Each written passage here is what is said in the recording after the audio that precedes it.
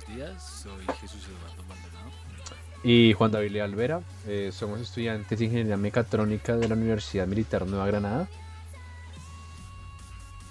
Bueno, el día de hoy vamos a explicar el funcionamiento de un puente inversor trifásico para la materia de electrónica de potencia. Bueno, vamos a pasar a explicar lo que es un puente inversor trifásico. En este caso vamos a usar simplemente un ejemplo de puente inversor. Y es que los puentes inversores son circuitos de potencia que permiten el transformar una corriente directa en una corriente alterna, utilizando interruptores, que son accionados en un orden y un tiempo específicos. Esto permite generar una señal que asemeja una señal sinusoidal de corriente alterna. Como se puede observar acá en el gráfico, se les dice, o sea, se presenta que al pulsar cada uno de los botones, en este caso abre cada una de las puertas de los transistores, van a dejar pasar la corriente en cierta forma y va a generar la salida a su salida, valga la redundancia, a grandes Cabe rasgos. recalcar, sí, exacto, pero también cabe recalcar que los interruptores que se usan pueden ser transistores, ¿no? Así como se Ujú, muestra ahí. exactamente. Bien, como mencionamos al principio, vamos a hablar de un puente inversor trifásico. Entonces, para explicar eso, vamos a usar la siguiente animación, que es que, como se puede observar en el gráfico, si comparamos el movimiento de los puntos alrededor de cada una de las señales, se puede observar cómo estos pueden ser representados de manera vectorial en un círculo unitario, dando lugar a que se mantienen a 120 grados entre sí. ¿Sí? Entonces, al ver la gráfica, notamos como las fases, en cada una de las fases, siempre se mantienen 120 grados separados entre sí, y siempre hay dos fases en un punto que están activas, mientras la otra está en un punto cero. O sea, cuando las tres fases se alcanzan, una está en punto cero. Bien. Bueno, en cuanto al ejemplo que explicaremos, que implementaremos en esta parte es un puente inversor trifásico que, como se mencionó anteriormente, convierte una señal directa en una señal alterna, ¿sí? Eh, Viendo esta señal alterna una señal trifásica, obviamente, como lo explicó mi compañero.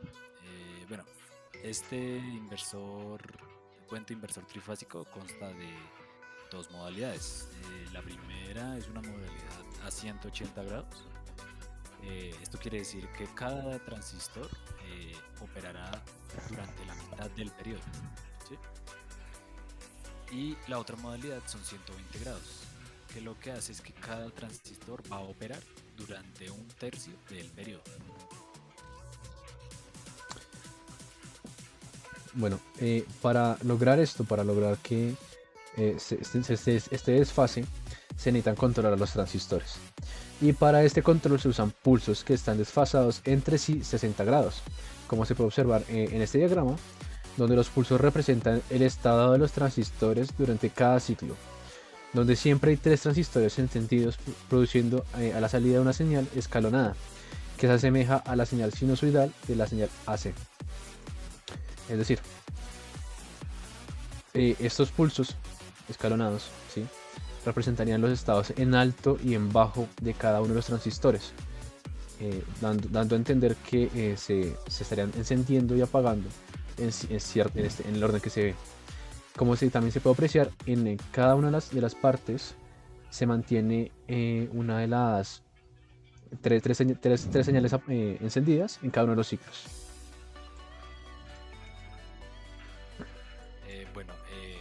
La señal escalonada que mencionamos anteriormente es esta. Esta representa el voltaje de fase a la salida. Eh, y esta señal está definida por tres modos de operación, ¿sí?, que la constituyen, que la forman. El modo de operación 1, como se muestra en la parte superior, en donde los nodos A y C quedan en corto y estos van unidos al positivo de la fuente de alimentación. Y el nodo B está simplemente unido al negativo de la fuente de alimentación. Esto lo que hace es que la señal a la salida, el voltaje a la salida sea un tercio del voltaje a la entrada en ese momento de tiempo. En el modo de operación 2, los nodos que entran en corto, en este caso, son los nodos B y C. Esta vez conectando al negativo de la fuente, y el nodo A queda conectado al positivo de la fuente, lo que a la salida da un valor en la señal de voltaje equivalente a 2/3 del voltaje a la entrada en ese instante. Bueno, y el último modo de operación, que sería el modo de operación 3, en esta parte quedan corto los nodos A y B, como se puede mostrar. Estos quedan conectados al positivo de la fuente y el nodo C queda conectado al negativo de la fuente de alimentación. Esto nos da como resultado a la salida una señal de voltaje eh, igual al modo de operación 1. Es decir, que la señal a la salida será un tercio de la señal del voltaje a la entrada, ¿sí? En ese instante de tiempo. Y pues también cabe resaltar que en estos modos de operación se repiten para la parte negativa de la señal a la salida, pero cambiando la polaridad de la fuente en cada modo de operación. Adicionalmente, los modos de operación también se repiten en las otras dos señales de voltaje, con la diferencia que están desfasadas 120 grados del anterior. Bien. Bueno, como ejemplo práctico, se tomó un ejercicio del libro de Rashid, Circuitos y aplicación de dispositivos electrónicos de potencia. En este ejercicio nos dan valores para la resistencia, la inductancia, la frecuencia a la que opera el circuito y el voltaje de entrada, o sea, el voltaje de la fuente de alimentación. Bien, pues en este ejemplo tomamos los valores que nos dan y con estos comenzamos calculando el voltaje BRMS de línea y el voltaje de fase BP, usando las ecuaciones que están aquí escritas. Calculamos esos valores para BL, que es igual a 179.63, y para BP, que es igual a 103.7, donde BL sería el voltaje de línea y BP el voltaje de fase. Además, el ejercicio también nos pidió los voltajes de línea y de fase, pero en RMS, en la frecuencia fundamental, que serían BL1 y BP1, que respectivamente son 171.5 y 99.03, siendo nuevamente voltaje de línea y voltaje de fase, respectivamente. Para la distorsión armónica total, que nos dio 31.08, y el factor de distorsión, que nos dio 1.21. Además, la corriente de línea nos dio 9.91, y con eso sacamos la potencia total del circuito, que es equivalente a 1473 vatios o 1.47 kilowatts. Bueno, a partir de estos valores hallados en el ejercicio práctico, se realizó una simulación en el programa El Spice. El circuito implementado que se observa en la imagen de la derecha es un esquema similar al que mostramos previamente, sino que esta vez tiene una carga RL estrella, ¿sí? De tipo estrella. Y como podemos observar en las gráficas de la imagen de la izquierda, la gráfica verde es el voltaje a la salida, ¿sí? Y la gráfica azul es la corriente. Si vemos los valores teóricos contra los valores experimentales, vemos que el error entre ellos es muy bajo. Entonces, en este caso B1, que sería el valor del escalón antes de llegar al valor máximo,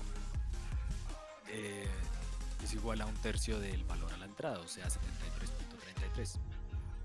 Y según las mediciones que hicimos en la gráfica, ese valor es 73.21 en la parte experimental, ¿sí? Entonces, como se observa, pues el error es casi que mínimo. Y para el voltaje máximo, que ya es el voltaje más alto que alcanza la señal, que es igual a 2/3 dBs, o sea, 2/3 de la señal de entrada, es igual a 146.66. Y según lo medido en la simulación, nos da 146.57. Entonces igual, un error mínimo. Correcto. Además, vamos a presentar aplicaciones que se le da a este circuito. Y cabe resaltar que es un circuito que está ampliamente usado en la industria en varios campos, ya que es un circuito muy versátil y que tiene varias características que le permiten acceder a estos campos. Uno de los campos en los que interactúa este es el control y movimiento de motores sin escobillas brushless, que es este motor que está acá.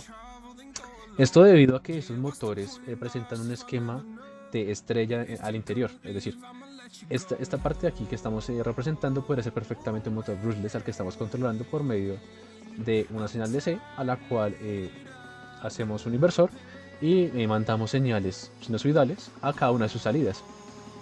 Dado que esas salidas están desfasadas, eso permite que el modo de funcionamiento es que se le envía, como se nota acá, tiene inductancia, se le envía el pulso al inductor, ¿sí? Ese inductor se genera un campo y gira hacia el exterior, la carcasa que está recubierta de imanes. Al momento que el campo se concentra en ese punto, gira, ¿sí? Y lo que hace es que, como se desfasa la señal de la salida, la siguiente señal hace lo mismo con el siguiente inductor, provocando un giro constante. Y así es que se controla el motor brushless. Obviamente eso también tiene una parte de feedback en la que el motor, bien sea por sensores de efecto Hall o la misma corriente que representan los inductores, ¿sí? Pues se puede seguir controlando el motor y se puede dar la posición y demás.